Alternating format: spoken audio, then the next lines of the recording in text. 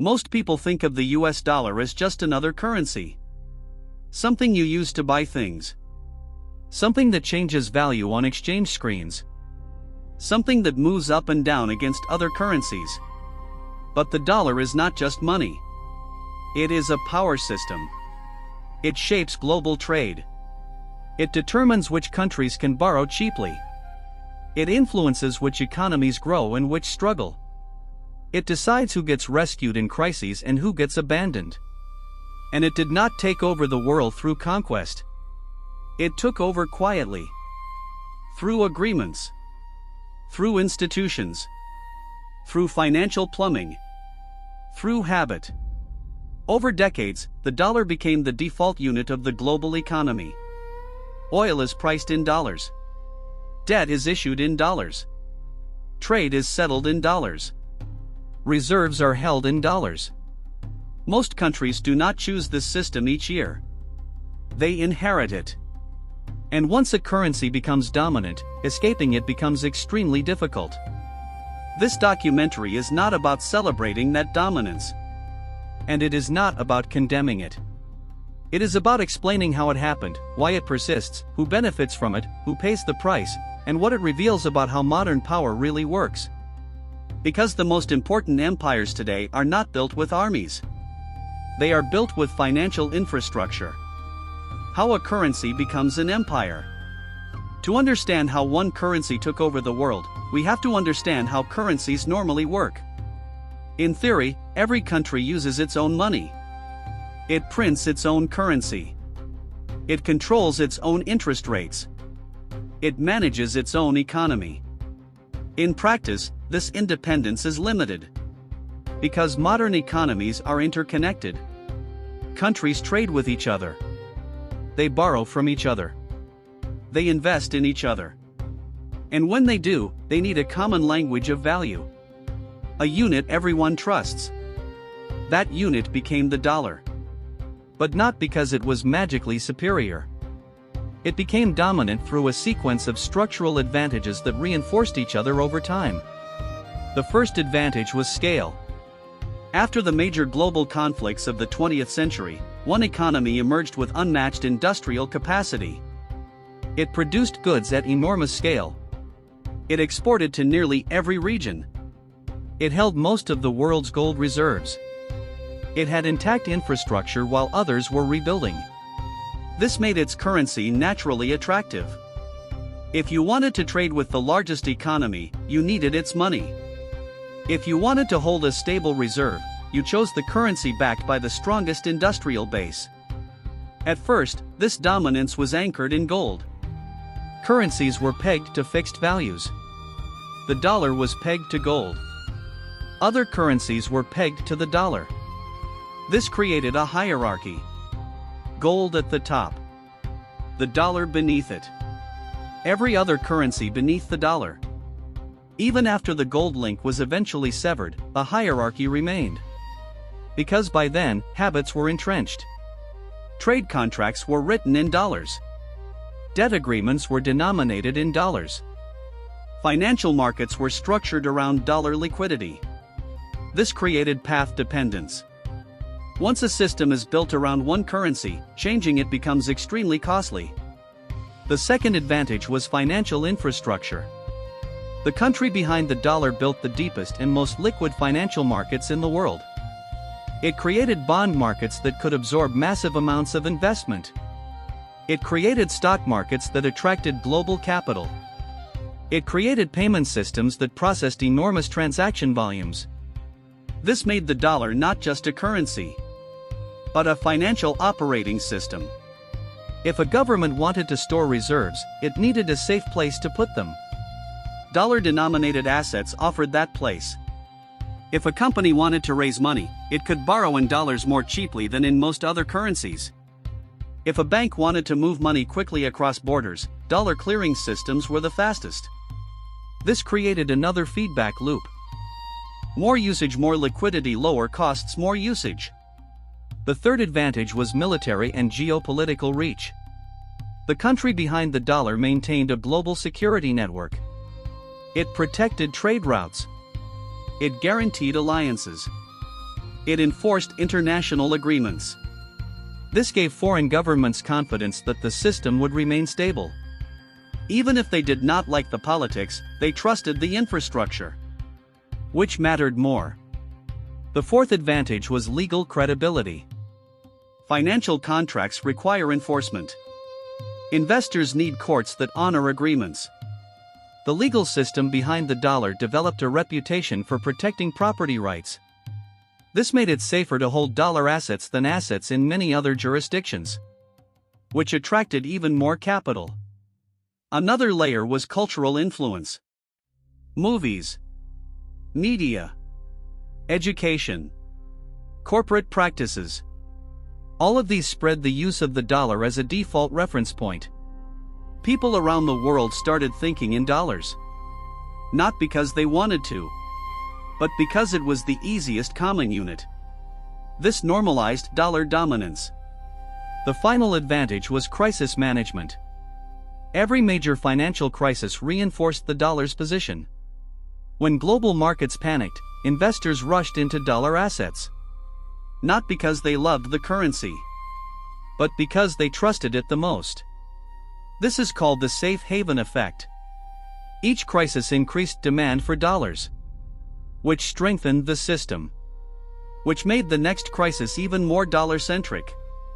Over time, these advantages compounded, not through deliberate empire building, but through structural reinforcement. This is how a currency becomes an empire. Not by conquering territory, but by embedding itself into every transaction. Why everyone depends on it. Once a currency becomes dominant, the next question is not how it got there. It is why nobody leaves. The global economy does not just use the dollar because it is convenient. It uses it because the entire system is built around it. And once a system reaches that level of integration, exiting becomes dangerous. The first reason is trade settlement. Most international trade contracts are priced in dollars. Energy, raw materials, shipping, manufacturing components. Even when two countries trade with each other directly, they often still use the dollar as the reference unit. This creates a hidden dependency. A country can have a strong economy. It can have a balanced trade position. It can have stable domestic finances. But if it does not have access to dollars, it cannot function in global markets. This means countries must constantly earn or borrow dollars just to keep their trade flowing. The second reason is debt. A massive share of global debt is denominated in dollars. Governments borrow in dollars. Corporations borrow in dollars. Banks borrow in dollars. They do this because dollar interest rates are often lower. Because investors trust dollar assets more. Because dollar markets are deeper and more liquid. But this creates a currency mismatch. If a country earns revenue in its own currency but owes debt in dollars, it becomes vulnerable. If the dollar strengthens, its debt burden increases instantly. Not because it borrowed more, but because exchange rates changed. This is how currency crises begin.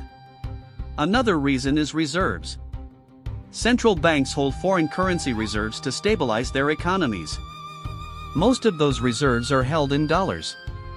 Not because they love the dollar, but because it is the only currency that can absorb massive volumes without collapsing in value.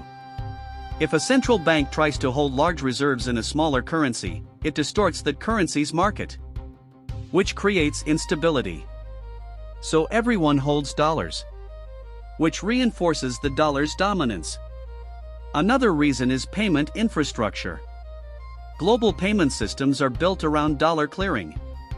When banks move money across borders, transactions often pass through dollar-based systems. This gives the institutions behind those systems enormous leverage. They can delay transactions. They can block accounts. They can enforce compliance rules. This is not theoretical. It happens regularly. This makes the dollar not just a currency, but a control mechanism. Another reason is habit. Economic systems develop inertia. Once companies write contracts in dollars, they keep writing contracts in dollars. Once investors price assets in dollars, they keep pricing assets in dollars. Once banks structure balance sheets in dollars, they keep doing it. Switching currencies is expensive. It requires rewriting contracts, hedging exchange risk, building new infrastructure, convincing partners to cooperate. Most businesses do not want to take that risk, so they stick with what works. Another reason is market depth. If you want to buy or sell large amounts of assets, you need a market that can handle it. Dollar markets can absorb massive trades without major price swings. Most other currency markets cannot. This makes the dollar the preferred currency for large transactions. Another reason is crisis insurance. In a crisis, access to dollars becomes a survival requirement. When global liquidity dries up, countries and companies scramble for dollars. Those who have them survive. Those who do not face collapse. This creates a permanent incentive to stockpile dollars, even if doing so weakens domestic development. This is why dollar dominance persists. Not because it is fair. Not because it is optimal. But because exiting it is too risky. Who benefits and who pays the price? The global dollar system creates enormous winners and losers. The biggest winner is the country that issues the currency. It enjoys what economists call an exorbitant privilege. It can borrow more cheaply than other countries. It can run trade deficits without facing immediate collapse. It can print money to fund spending, because global demand for its currency remains high. This gives it extraordinary financial flexibility. While other countries must earn foreign currency through exports, the dollar issuer can create it. This shifts power dramatically. Another major beneficiary is its financial sector. Banks that operate in dollar markets dominate global finance. They handle international transactions. They manage reserves. They structure global investments. This generates massive profits, and it gives them geopolitical influence. Another beneficiary is investors. Holding dollar assets provides safety and liquidity. In crises, dollar assets gain value. This protects wealthy investors from losses, which increases inequality. Another beneficiary is multinational corporations. They can borrow cheaply in dollars. They can operate globally using a single financial system. They can shift profits across borders more easily. This gives them an advantage over local businesses. The losers are emerging economies. They suffer from what is called the original sin problem. They cannot borrow in their own currencies. Investors do not trust their money, so they borrow in dollars, which exposes them to exchange rate risk. When their currencies fall, their debt explodes. This traps them in cycles of crisis. Another group that pays the price is workers in those countries. When currency crises hit, inflation spikes. Food prices rise. Fuel prices rise. Unemployment rises. People lose purchasing power overnight. Not because they did anything wrong, but because global finance shifted. Another loser is monetary sovereignty. Countries that depend on the dollar lose control over their own economies. If global interest rates rise, their borrowing costs rise, even if their domestic economies are weak. If global investors panic, capital flows out, even if nothing changed locally. This makes economic planning extremely difficult. Another cost is political instability. Currency crises fuel social unrest. Governments fall. Protests erupt. Institutions weaken. This destabilizes entire regions. Another cost is development distortion. Instead of investing in long-term growth, countries focus on earning dollars. They prioritize exports over domestic welfare. They suppress wages to stay competitive.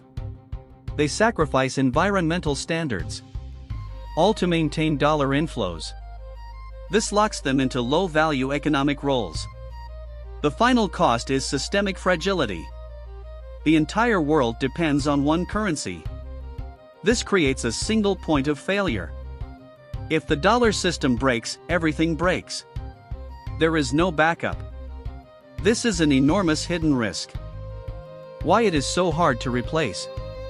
Many people assume that dollar dominance will eventually end. That another currency will take over. That a multipolar system will emerge. In theory, this makes sense. In practice, it is extremely difficult. The first barrier is trust. A global reserve currency must be trusted. Not just economically, but politically and legally. Investors need to believe that their assets will be protected, that contracts will be honored, that markets will remain open. Few countries meet these criteria. The second barrier is market depth. To replace the dollar, another currency would need massive bond markets, highly liquid financial systems, open capital accounts. Most countries do not have these. Building them takes decades. The third barrier is network effects. Once everyone uses one currency, switching becomes irrational, even if a better alternative exists. Because being early is risky. No one wants to be the first to leave. The fourth barrier is geopolitical resistance. The country behind the dollar benefits enormously from the system. It has no incentive to give it up. It uses its influence to protect its financial dominance. This slows any transition. The fifth barrier is crisis behavior. In every major crisis, investors run toward the dollar, not away from it. This reinforces its dominance, even when the crisis originates inside the dollar system itself. This paradox is what keeps the system alive. The sixth barrier is institutional lock-in. Global institutions are structured around the dollar. Changing them would require massive coordination, which is politically impossible. This is why dollar dominance persists. Not because it is perfect, but because every alternative is worse in the short term. The US dollar is not just money. It is the invisible backbone of the global economy. It shapes trade. It shapes debt. It shapes power. It shapes inequality. It took over the world not through conquest, but through infrastructure. And once infrastructure becomes dominant, it becomes almost impossible to replace. This does not mean the system will last forever. But it does mean that when it changes, it will change violently. Because systems built on trust collapse suddenly, not gradually. If you want to understand how money, power, and economic systems are quietly reshaping the world, subscribe to this channel. Each week, we break down the hidden structures behind the headlines. Not with hype, not with nationalism, but with calm, long-form explanations. The next episode explores another hidden shift already changing the economy. Because the most important transformations rarely announce themselves. They simply happen.